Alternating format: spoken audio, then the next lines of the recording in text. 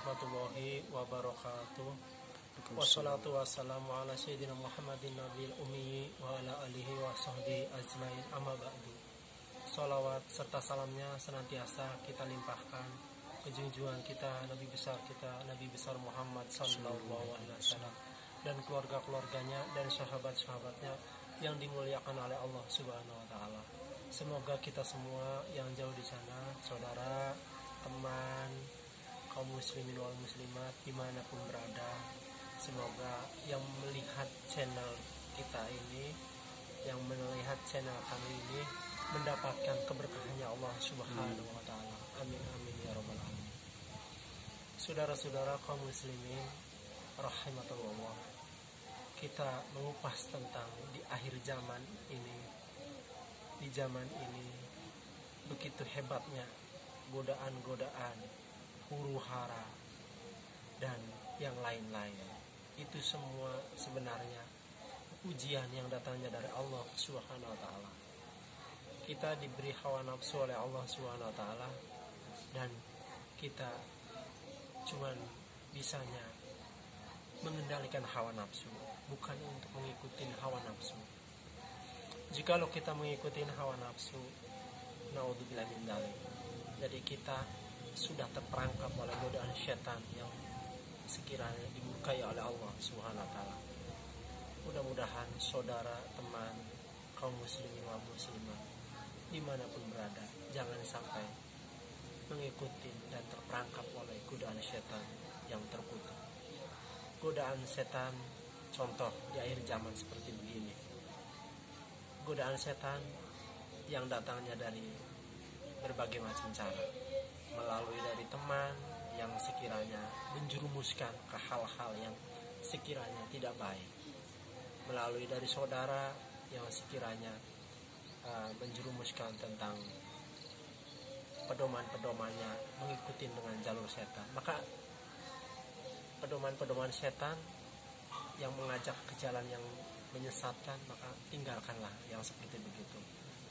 Bahkan sebaliknya, teman maupun saudara yang membawanya menjerumus ke yang tidak diridhai oleh Allah, maka malah kita kalau bisa ditarik untuk mengikuti yang terbaik sesuai dengan tuntunan Quran dan hadis dan sunnah baginda Rasulullah SAW.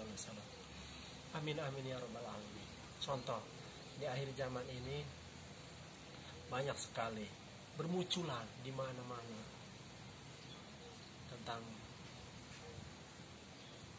hal-hal yang sekiranya akan menjerumuskan kita ke jalan yang maksiat.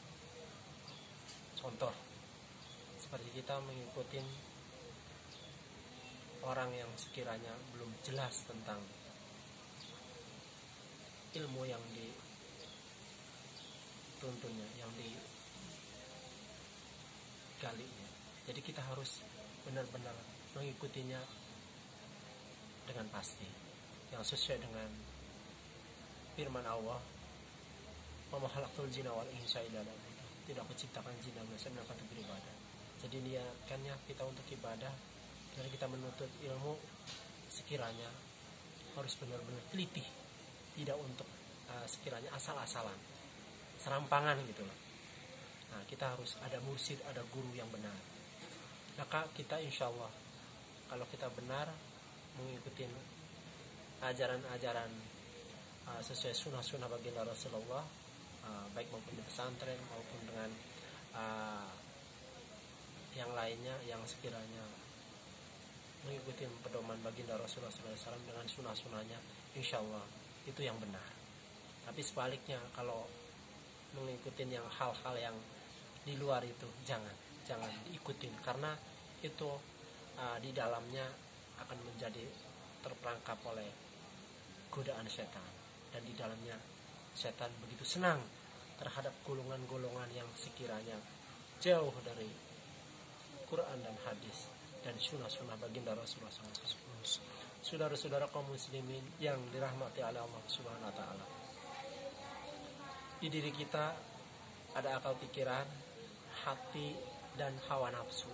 Nah, hawa nafsu ini hawa nafsu ini yang sulit dikendalikan, maka kendalikan sulit hawa nafsu kita ini. Jangan diikutin. Kalau kita mengikutin hawa nafsu, adanya harta akan habis dengan judi, dengan hal-hal yang sekiranya akan membunuh kita sendiri dan keluarga dan anak-anak. Naudzubillah min dzalik.